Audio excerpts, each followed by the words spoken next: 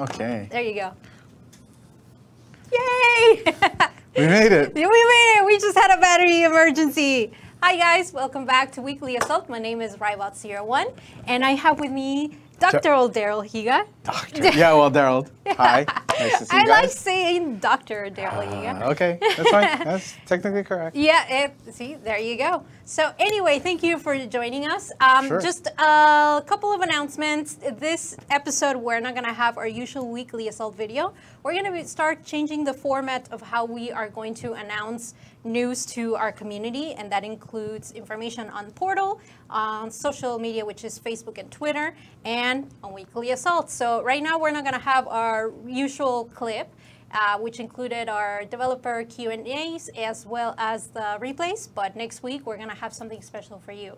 Now that's out of the way, a couple of recaps. Sweden versus USA is this weekend, so make sure you pick your team and you fulfill those completions.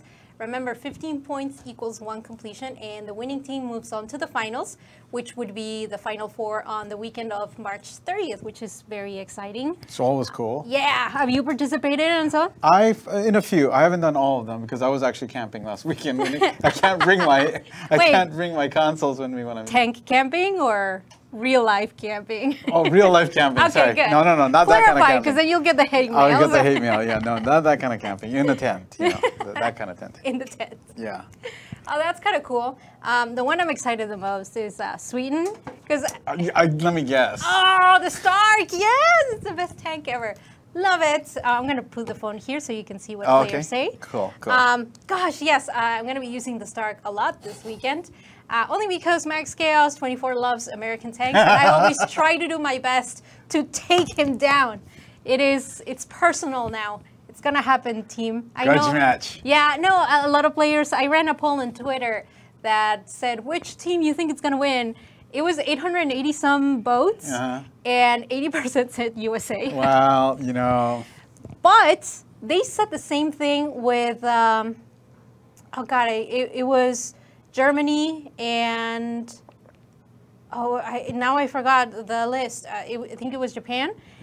It was the same poll on Twitter, same results, and there were only I think it was 8 parts of a number short. Wow. So it was that close. That close, yeah. So every game counts, though. That's also what it means, is every game counts. Oh, it was so close, but anyway.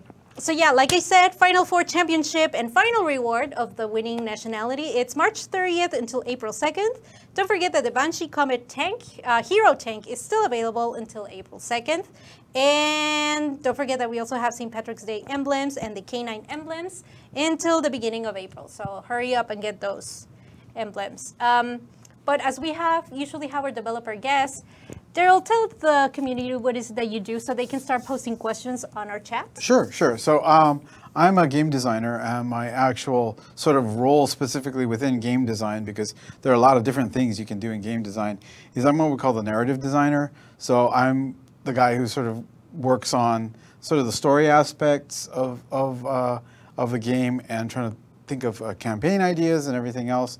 It's a little bit different from the event campaigns, but this is specifically for things like, what I've been working on primarily actually has been war stories, in terms of, what are some of the scenarios that we have, what are some of the historical things that we should look at in terms of what points in history are interesting for us to look at. And then I work with, we have a comic book artist, and then we have a comic book writer, and I work with them to do the opening stories and everything else. And then there's other things that I'm working on that'll be cool that are happening later. Super secret stuff. Super secret stuff. Yeah, like we said on the anniversary video, 2018 is going to change a lot of things. It'll be interesting. Yeah, I know. Cool. Yeah. Come on, tell us. But it'll be interesting, and that's all I can say. Dang it. I'll try to get some information out of him. Don't worry. So how long does it usually take for a war story from beginning to end? Like how far back? Yeah. So it takes. We always get a lot of input and a lot of cool ideas coming from our community, and I really love that. The thing about it is that what I usually say is the one thing challenge as being the narrative guy is that I'll sit there and I'll sit on my computer and go, oh, we haven't covered the Battle of X, and then I'll write something up, and it'll go through sort of an approval process because we have to make sure that we have the right assets for it. Can we do that part of the world, and do it in a way that's appropriate? Like for instance, can we do an island in the Caribbean, for Kennedy's War? I mean, that's not something where, we already have maps that sort of fit into that. So we have to make sure the artists have to get together and everything else. And then once we decide, yeah, we can make it, then it's a long process where the designers have to design each level, and then the artists have to put together all the art assets for everything. And then we have to test everything and make sure it all works. And then sometimes we have to make changes to make sure that, the gameplay is interesting and fun. So what I might say in an afternoon, say, hey, why don't we do something with the Cuban Missile Crisis, which doesn't take that long. It will take months and months and months. And we're talking, a huge team of people. We have a couple of designers who are working on it full time. We have to work on the tank, because usually there's a special tank for the war story. And then you have to talk about all the artists that have to work on all the maps. So it takes quite a while. Let's see, we have a comment that says, make war stories support more than 2-player co-op. That's interesting. There are some technical things that happen with single-player mode, so that one thing that you'll notice is that we try to make a game that's balanced, so that not only when you play it by yourself, but when you play it in co-op, that it's interesting. To make a balanced scenario that also scales to a lot more people would mean we could do less war stories. Like I just said, No, that's okay. I think your battery my battery just died again. Okay.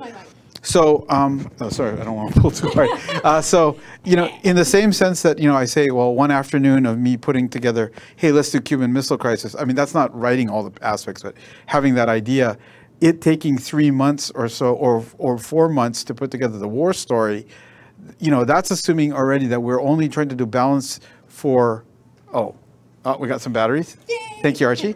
We're trying to balance for 1 or 2 players. And then we also have to think about, not only do we have story mode, but we also have challenge mode. So then if you think about all the combinations that we have to balance for, the more players we add, the more that balance challenge becomes, and then the longer it takes between war stories. So right now, our preference was that we try to, I think I can give this back to you. Oh, well, now players are saying it's not the microphone. Oh, okay. Your mind technology. Anyway, go on. Yeah, so the idea here is that we want to try to release war stories that, so we constantly have new challenges and new parts of the world, new timelines, and all this other stuff. So that's kind of been our emphasis. That requires like a major, sort of like coordinating more than 2 players. The balance challenges become a lot bigger because of the variation between the different tanks that you could have. Or someone brings in 3 artillery pieces. Well, we have to still make that work somehow, as an example. A couple players were asking, not right now, but on previous dev streams, why is it that we don't see a lot of German or Soviet or, I know what you're going to say, but I want the answer to come from you because you work with war stories. So this is one of those things where we're trying to find the right stories to tell where we have Soviet and German crews. I really, really want to have all of those things. We do have to be sensitive. We are a global product. And because of that, because we are a global product, we're not just releasing in one market or another market, or where we can do things where in one market we say, we release it as one product, and in another market we release it another thing. When we release everything, we have to release it to all markets. And some markets are more sensitive about certain issues than others, right? So there are some countries, because World of Tanks as a multiplayer game, there are no nationalities. I mean, yes, there are nationalities of your tanks, but you're not playing as a nationality. We don't worry so much about these sensitivities. But in a historical scenario, we have to be very careful of that. And so because of that, there's a lot of considerations of, well, we've got a list this long of war stories that we'd like to do, and we're going to try to get through them. I will say, though, for players that are interested in that, just wait. That's all I can say. But it definitely, this is not something that, trust me, I absolutely understand players' concerns about this thing, and I share that concern. And yes, just hold on. That's all I can say. Nathan Girdman, this was mentioned before. How come we don't have war stories based on other special tanks that we've had in game? For example, space tanks or tugboats or toy tanks? Space tanks, that's an interesting one. Well, so was a conversation about that a recently. war story underneath the Christmas tree. I don't know. So there's one complication that we do have with the war story tanks, and then you'll notice that the war story tanks you do not use them in multiplayer. War story tanks, in order to make the war story experience, especially for the story mode, to make it fit our story, that is a specific tank that works in war stories only. And so to make a multiplayer version of it that balances with everything else is actually quite tricky, because we have to make the single player experience or to make the co-op player experience fun, we have to sometimes do some things with the tank specifically that would make it a little unbalanced in multiplayer. And also because in story mode too, there's actually we do use tiers sort of roughly, but tiers are less important in story mode. Story mode is much more about what the story is supposed to entail. So that's the kind of encounters that you're running into. So that's why, these tanks have to be also tuned for that experience, which makes it very difficult to take them into multiplayer. So for that same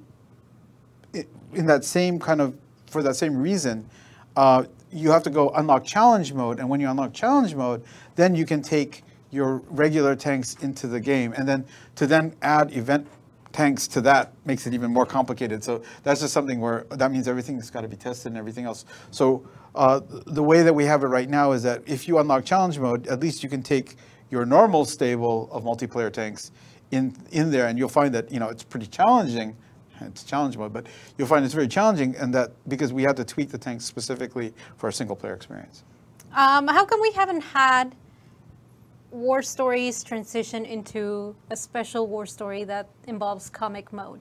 I know we've had comic mode a while back, and there was an option or the intent to make it an option in the future, but it kind of goes hand in hand because it is a war story starting with CG pieces that are made kind of like comic styles. You notice I'm drinking mine. Yeah. So some of this is going to have to be, I think that we were just talking about the fact that hopefully Pain God will come on to one of these segments to answer that question.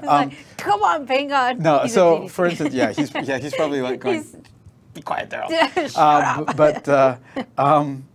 Part of the thing is that the comic book mode, we don't want to do anything that endangers the health of our players. And in some cases, there are certain medical conditions that, unfortunately, comic book mode does not activates. In terms of, I think it was for some people, it's potentially they could experience seizures, and we certainly do not want anyone to go through that. So comic book mode is something that we experimented with, but we found out that it was a little too risky, and to try to change it in such a way that it would work and be safe for our players is probably a lot more effort. Yes, in theory, that it makes sense to segue between sort of our hand-drawn sort of opening segments into war stories that way. That would be an ideal thing. I think the thing that we're going to try to do, and this is something that we talked about with war stories, is that you notice actually we're not always working with the same comic book artist. We're always changing comic book artists, and that gives us the opportunity to bring different looks. And so yes, you have that comic book mode, but who knows? The looks could be really different, and then so the comic book mode won't always be appropriate anyway. Right. And I will just say, like from a game developer point of view, there are games out there that have like active cell shading for their games, like Ghost and Panzer or like Valkyria Chronicles. Since we both work with both of those franchises, I think it's okay to mention them. So like those two games, but they spent all their time working on the cell shaders. It's really funny because I say this, and cell shading looks really simple and straightforward. That's actually amazingly complex. The amount of math that it takes to do that, to get that look, it's not trivial. And that would be basically adding a whole render mode to our game. And it's not a small engineering task, I guess. Yeah. Don't believe me when I say I'm not ignoring your comments about the audio. I know we're having audio issues, so we're gonna reset the mics right now, and we'll see what happens. So I'll just wave. Are we still on camera though when this happens? Okay, so. Well, they can still hear us, but that doesn't mean they cannot engage.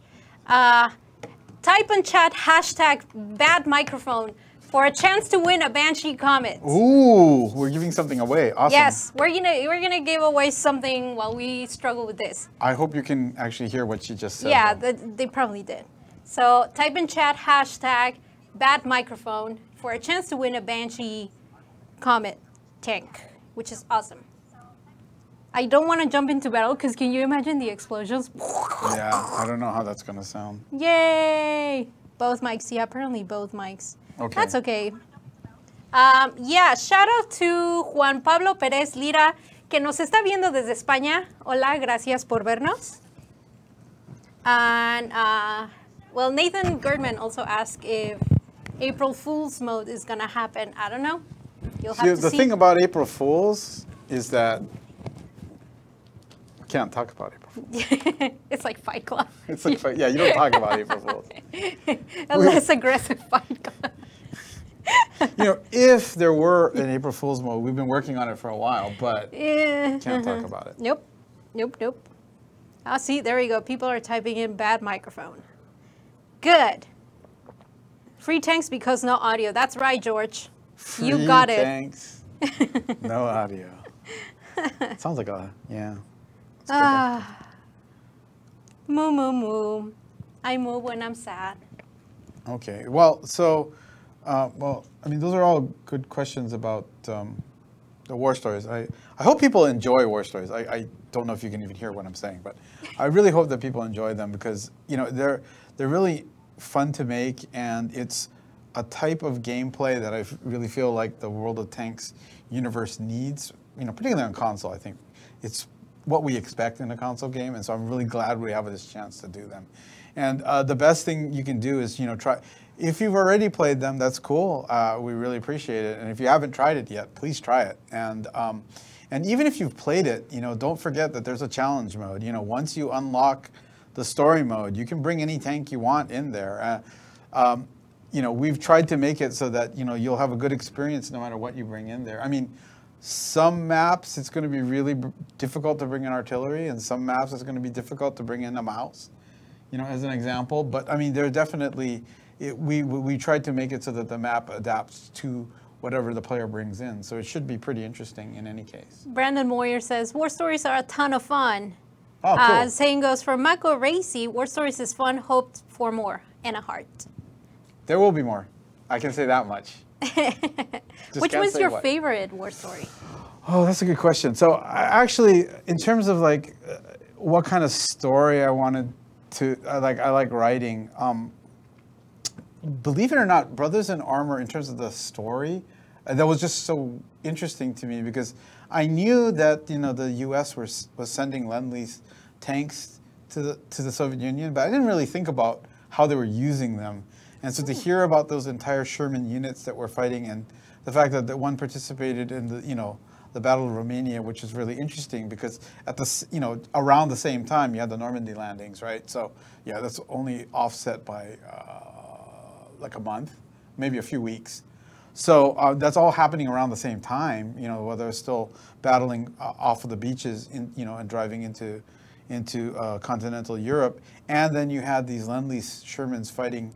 And it was interesting too, and I think I mentioned this in some stream, that there's actually a Russian, a Soviet tanker who wrote a biography, and he talks about his whole experiences that, you know, like the American tanks were very different. Initially they were getting British tanks, and then they started getting American tanks, and how the American tanks were built very differently, and how they really, and they kind of had the nickname of MCHA for the Sherman, because, you know, it's M, the same, like for M4, but, you know, the Sherman is M4, so the Cha is 4 in Russian. So they had sort of a nickname for it, and it was interesting. You know, this is not necessarily a case of better or worse or things like that, but definitely they had to fight with the Shermans differently than, let's say, the T-34s. So that's actually really cool. So I really like that story. You know, the doctor in my name, I guess I will talk about it, is actually for international relations. And so my specialty was in international security studies, which means that we studied a lot about like, and my particular kind of area of expertise was like, you know, basically strategic warfare, which is nuclear warfare and stuff like that. So for me, Berlin, for me, I really, Flashpoint Berlin and Kennedy's War are like smack in what I spent a large chunk of my life kind of studying. So that stuff is just really cool. To be able to write some fiction around it is really awesome, because I like writing fiction. And so, you know, being able to talk about, well, what would have happened if the Berlin blockade had gone bad? That's kind of an interesting story. And then definitely, I really like the idea of the Cuban Missile Crisis. I think it's hard for us to imagine, because it ended okay, how bad things could have gotten during the Cuban Missile Crisis, because there were multiple points during that event where things could have ended very differently. And by very differently, we might not be sitting here talking. I mean, I wouldn't say the extinction of mankind, but humanity would look very, very different in 2018 if things had gone really, really badly. You know, there's multiple incidents on both sides. That's crazy. Where someone thought things through and said, hey, maybe we shouldn't do this. And because of that, we're all here, which is, I mean, it's scary. It's amazing to study. It's very, very fascinating. There's a lot of movies things about it. that happen, Small things, yeah, and individual commanders Yeah. that made decisions. It's just like when you're playing the game, right? Yeah. A decision that you make that you don't necessarily think might have these world-changing repercussions can have world-changing repercussions. And that's why sometimes you have to be careful. Hey, I'm just saying. Yeah. Totally. With all that information, because obviously you know your stuff, and the amount of research that goes behind a war stories is extensive, to the point that it's fascinating to hear kind of like the background. Magus Livnon Heinesign, I hope I pronounced your last name correctly. Is there any possibility of making small videos representing the battles and how they were in reality, like an unlock for winning? Oh, that's interesting. It's interesting, and it's been proposed several times in the forums as well. I think they want to learn more about the backgrounds. For example, the map Thieful Ridge. They want to know about Thieful Ridge, you know, the Battle of Thieful Ridge and so on. So what do you think? Maybe that could be something implemented, because we do have small tank biographies in Garage, but I think it would be nice to kind of give the players sort of what the research behind war stories was. Interesting. Yeah, actually, you should make a note of that. Maybe make a ticket. I don't know. So I will be really frank. I think to put something into the game client will be a little difficult, because, oh, I don't know, there's something really big coming this year. But because of that, I think it would be difficult to necessarily stick something into the game client. But that's something for, you know, like our publishing team to research, because we could write portal articles about this, you know, and put it up on the website at least. And I know that's not quite as easy as actually seeing it in the game, but I think it also means that, because you can have a full page of text and link to other, you know, and you know, you can link to other articles and things like that. That's definitely something that can be done. And I will say this too, like, we have to make some fiction. Like, obviously, well, I mean, it's alternative history, so it's definitely fiction. But what I mean is, sometimes when you're looking at the specific outcomes of each individual, you know, chapter in a war story, some of it goes, oh, that's kind of a little far from history and stuff. But the thing is that we're also trying to balance a cool story setting with the actual gameplay. So that's kind of always a tension.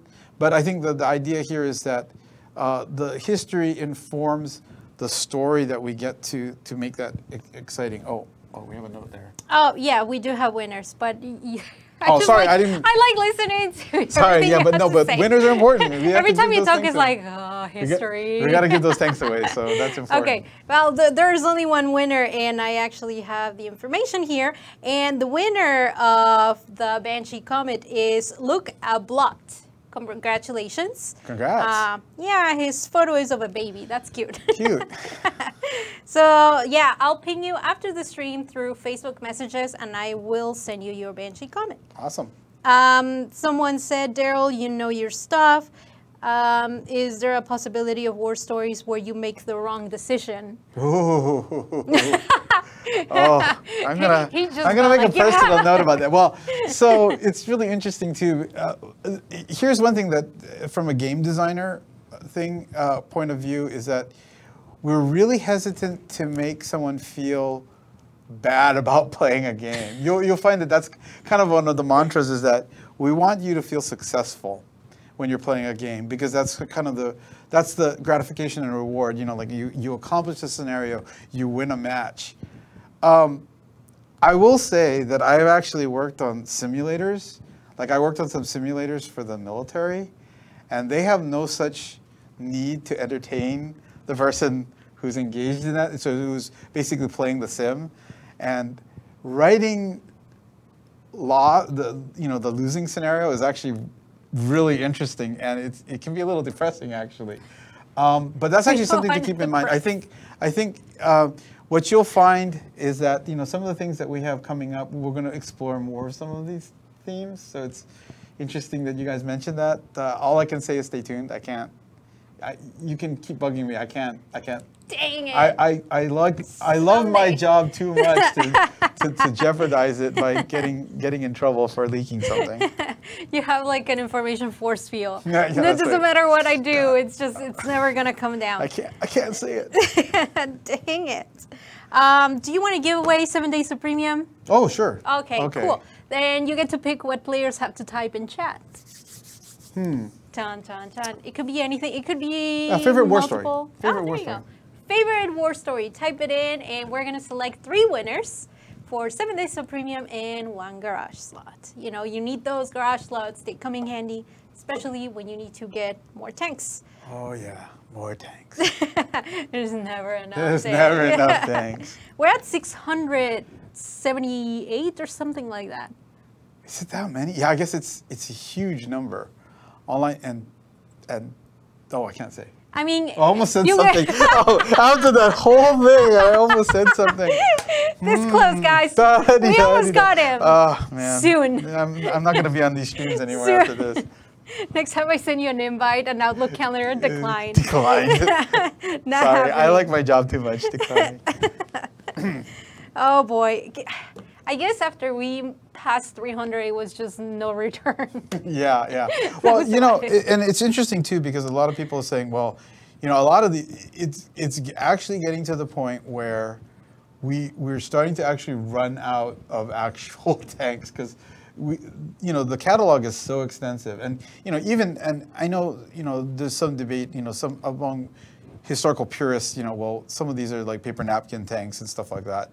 Sure, that's true, but I think that it also makes for an interesting game, because you can fill out the lineage between the evolution, between yes, they're the historical tanks that were actually deployed or made in large numbers, and those are the iconic tanks that we always think of in the real world. But a lot of these paper tanks are an interesting trace of the sort of the designer's mind, or all of the nation's tank designers, how they got to those points. It's really fascinating. Like you just look up something like Indian Panzer or something like that, some of these tanks that didn't exist, and you go, whoa, that's actually a really cool story behind it, right? And they have their own stories. Or, of course, the one I love talking about, Tiger P, right? Like the Porsche Tiger, right? Because that was an interesting evolutionary line. If that tank had been fielded, it would have been so different than any other tank. I mean, just the idea of the transmission, an electric hybrid tank. I mean, that had so many unusual things about it, but that, of course, also made it extremely unreliable. We have a lot of players saying Kennedy's War. Kennedy's War, Runaway Tiger. Kennedy's War, Runaway Tiger, Runaway Tiger. Wow. I think, that one is a good one. That would actually, I will say a little story behind this, because there's a little bit of internally, this is the kind of debates that we're doing, because we do have to invest a large number of people's time and effort when we make a war story. So we do want to make sure that we're sure that people will respond to them positively. And I have to admit, I was a little hesitant about Runaway Tiger, because we said, we want to set it in the desert, and we had all these starting parameters that we're going for, and then I said, well, what about, we haven't done this, and I was very hesitant about making something that really focused on the character. Like, I was trying to focus our initial set of war stories on history, where the character was witness to these really historical events that somehow changed, right? And that's the whole premise behind the initial war stories. But the thing about Runaway Tiger is the focus is primarily on the character, right? And it's not that I don't like character-based fiction, but I was really nervous about that. And everyone else is like, no, this is really cool. And I'm like, okay, but you know, the historian in me is a little bit worried because this is really not historical. But You just have instead of tiny angels, you have the historical. yeah, I have like, two. I have my two muses fighting over, like, that's not narrative enough. That's too narrative. Well, anyway, but so there was a lot of tension there, and I was actually one of the ones who was most hesitant about making something so character focused. But when I saw people's reactions, I was like, good. People really liked it, and It was a female tanker too. Oh well, that part I Even think better. was, I mean, that's awesome too. But the whole thing about making something that's very character focused, and I'm glad people liked it. Again, we understand that that's not historically anywhere near accurate, right? The whole thing about it is its first deployment was on, Eastern Front.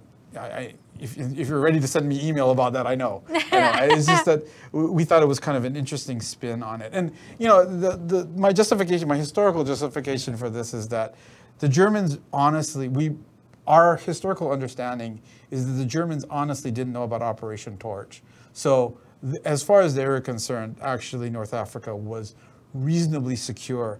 That is why that was such a seesaw war, is that neither side really wanted to allocate more resources. So that's why you had such dynamic fighting and you had such interesting tactical combat and dealing with the desert, is that no one side wanted to send overwhelming forces until Torch, right? So, prior to that, that's why it was such a seesaw. So the idea that maybe that would have been a good place to collect data about the Tiger, it kind of makes sense. Although really, the Tiger was built as a counter to Soviet armor. So the most logical place to fight would be on the Eastern Front. But then I would also argue that's the most likely place where you might lose a prototype. A while ago, you mentioned paper tanks. Players suggesting we do April Fools where all the paper tanks are actually paper tanks. Ooh, like a certain other game from a certain other company that made a paper version of their game. We have the winners for the 7 days of premium in one garage slot. So we go for the first one, Hector Perez. Congratulations, he picked Runaway Tiger. Cool, congrats. Matt Toledo, Flashpoint Berlin. Love that one. Awesome. And the last one, John Lacasse, Kennedy's War. Cool. Yeah, look at that, you fancy cats. Fancy cats. I think mine Runaway Tiger. Yeah, I know, and like I said, I'm glad people liked it. I mean, because that, as far as a story goes, when you have a character, it's a strong character, it's more engaging naturally. Now, we're not trying to make very, very complicated stories. I'm not trying to get away from the fact that we are primarily a tank-based game. But I really like stories with characters. Like the stories that I write, my own time for fun and stuff like that, are very character driven, more than they are like, technology driven. Although I love military science fiction, just as a bias. That's. Butch Sterry. Speaking of paper tanks, my clan name is Origami Warriors. Oh, well, that's definitely a paper tank right there. There we go. Yeah. Francisco Diaz Rodriguez, Tiger Power. Not Turtle Power. Oh, yeah. You missed that Ninja Turtle reference. Sadness. Yes, we are aware of the audio issues. Apparently, we are still having them. Sorry about that. Yeah, apologies about that. I mean, it is the end of the stream. At this point, I guess we can only hope for the audio to be better in the next stream. And we are also changing the format of Weekly Assault. So we do have changes coming up. James, British medium buffs Rybot, that you would have to ask Max Chaos 24. He's the person in charge of making all the tank changes that players propose. In fact, I think he's going to be our guest next week, so cool. You'll have the opportunity to ask him. If players wanted to ask you questions about history or history in game, what can they do? I think the best thing to do is do it through, what are we emphasizing? Facebook right now, or the forums? Yeah, forums I think is probably better. Oh, the stream will be going up on YouTube. Oh, and will the stream have the audio? Oh, okay. So if you were having trouble understanding any part of this, it looks like we're going to be posting the stream on YouTube, and in the YouTube version should have clean audio, because our audio going to that area looks like it's okay. Probably this So I little think guy. that there must be something going on with the actual stream itself. I don't So work. again, we do apologize, but sorry. we do have clear audio on the YouTube version. So if there's any part that you missed or you want to hear, make sure that you got correctly, then go ahead and do that. Giselle Gaitan, please more war stories. I think that's for you. Yeah, well, I'm trying. Like I said, though, it's not, you know, it's really funny because I dug up a list from a while ago, I guess over a year ago, where I had a whole bunch of the proposed war stories. We haven't even touched, it's like, that was a list of the stuff that hadn't been made yet. And I'm like, oh my gosh, we still have so many. But the thing about it is that, like I said, it takes a bunch of people working. I mean, I'm sitting up here talking about it, but really I just kind of, you know, light the match, and then the rest of the team is what... He walks away like, I you walk deal away. with the fire. You deal with the fire. Well, no, and unfortunately, that's for those guys, they're probably listening going, yeah, you're the one who leaves us with all the Probably work. waiting for you outside the door with a baseball bat. They're like this, because basically, you know, we have a couple designers who then has to implement all the aspects of the tanks and the maps, and each one of those maps, and they have to level design all the maps and all the encounters, and then we have the artists that have to put the, you know, that basically create Everything. Cuba, which we didn't have. We didn't have maps of Cuba before, so then they have to go make the maps of Cuba. Or we need to have, you know, maps of East Germany in the 1950s, or, you know, we need all these different maps, or we need, you know, like a giant tiger hangar in the middle of the desert, as an example. You know, talking about runaway tigers. So all these things have to be made, and it takes a large number of people a lot of time to make it. It's not a trivial thing. So again, definitely we're going to work on more of these, but you know, they take a lot of time, and so it's not something that we can just snap out. Yeah, if you have suggestions of ideas of what you would want to see as a war story, if you propose it now, you're not going to see it for a while. But, you know, if it does get approved and, you know, there's... Yeah, I don't want to ever discourage that. And we've Yeah. been getting great ideas, like on the streams or like in the forums and everything. We've been getting great ideas, and I'm sorry that, you know, it's like, it's not that we're ignoring you, it's just that there's actually quite a long list of what we'd like to do, but we can only do so many in a year. That's just the reality. Can we clone you? Well, cloning me actually isn't the problem. It's like cloning the rest of the team, Can really. we clone the team? Yeah, that you're going to have to ask TJ. Dang, I think we need permission. cloning approval. I think you need cloning approval. I'm pretty sure, and I wonder what he'll say. Yeah. He actually might say yes. You might consider it, He I might at think. least consider it, yeah. But not my cat tank. Go figure. Yeah, well, that's a different sadness. Okay, so I guess we are at the end of the stream. Just reminders that this weekend is Sweden versus USA. Don't forget to fly the tank, pick your team, and then get those completions so you can support your side of the nation that you are choosing. And let me guess which team you... Sweden! Yeah, I Yay! You go, Max Scales. We'll see. We're going to butt heads online. That guy. Final Four Championship is March 30th through April 2nd. So the 4 winning nationalities of all these Tank Madness weekends are going to collide with each other, and then they're just going to be nation chaos. Sweden's going to come out victorious. I don't know why you guys even try. Banshee Comet is on sale until April 2nd, and that also, oh yeah, we released the WC120 1GFT and the WZ1111. 11111. There's only 3 ones. They're on sale until April 9th, and the St. Patrick's emblems and the Canine emblems are on sale until the beginning of April. Awesome. Just another question I wanted to address, because she was asking a lot. Why is the Berlin map missing? It's not just Berlin, it's also Ghost Town and Icebound. Those maps were experiencing performance issues. Thank you, Daryl. So we had to pull those maps, but they will be back after we fix them. And I guess that's it. Yep. I'm sad the stream is over. Apologies again for the audio. Yeah, sorry about the bad audio. So we're gonna upload this episode on YouTube, and we'll post the link on Facebook, and we'll share it on Twitter as well, so you guys can catch up, and you can hear all the wonderful things Daryl has said on the stream. Yeah, my wonderful voice. Ooh. Wonderful things on his jazzy voice.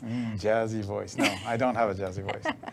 But anyway, it's always so good to have you on the weekly Well, thanks for streams, having because me. it's really awesome information, and Thanks. yeah, players pretty much acknowledge that you do know your stuff, and they're very intrigued by all the information and research that was done by in all of War Stories chapters. Yeah, and and I'll be honest. I mean, that's why I love this job, because it's so much fun. I mean, the ability to be able to do stuff like that.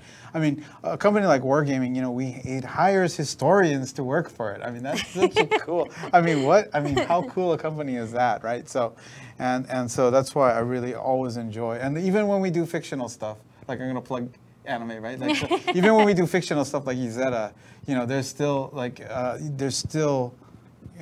a lot of history and historical analysis that goes into it. So, it's not, we don't just make lip service to history. So that's really cool. Cool. Thank you, Daryl. Thanks a lot. We'll have you soon again on Weekly Assault.